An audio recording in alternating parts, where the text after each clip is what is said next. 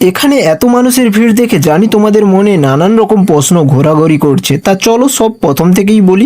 High বন্ধুরা, তা আজ সকাল 11টার সময় আমার বন্ধু হাবিব ফোন করে জানালো আবার একটা বাংলাদেশি নৌকা ধরা পড়েছে। আর এটা শোনা মাত্র আমি আমার প্যাডেল বাইকটা নিয়ে উঠতে উঠতে পৌঁছে গেলাম ফেজারগঞ্জ ফিশিং হারবারের জেটিতে। এরপর কিছুক্ষণের মধ্যে সাইলেন্স বাজিয়ে স্পিড বোট ঢুকলো, আর তার পেছনে আমাদের এখানকার একটা নৌকোয় করে প্রায় 22 জন বাংলাদেশি মৎস্যজীবীকে দেখতে পেলাম। আর এর ঠিক পেছনে চোখে পড়লো সেই বাংলাদেশি নৌকো, যা দেখতে আমাদের ভারতীয় নৌকোর থেকে সম্পূর্ণ ভিন্ন। এরপর আমরা জেটিটার শেষের দিকে যাচ্ছিলাম, কারণ বাংলাদেশি মৎস্যজীবীদেরকে স্থলভাগে তোলা হবে। তা হেঁটে আস্তে আস্তে অনেকটা ভিড় জমে গিয়েছে, তোমরা নিশ্চয়ই দেখতে পাচ্ছ। তাই আমি আমার বন্ধুকে দিকে একটা ফাঁকা উঁচু স্থানে নিয়ে গেলাম, আর এরই মধ্যে সাংবাদিকও এসে হাজির হয়েছে। এরপর পুরো ভিড়টাকে ফাঁকা করে একজন বাংলাদেশি মৎস্যজীবীকে তুলে পুলিশ গাড়ির দিকে নিয়ে যাওয়া হচ্ছিল। তাই এই মৎস্যজীবীদের মধ্যে দেখো বন্ধুরা 3 থেকে 4 জন নাবালক শিশুও ছিল। তা এখন আমরা বাড়ির দিকে ফেরার জন্য সাইকেলের দিকে যাচ্ছি, আর ওখান থেকেই বাড়ি ফিরে যাবো।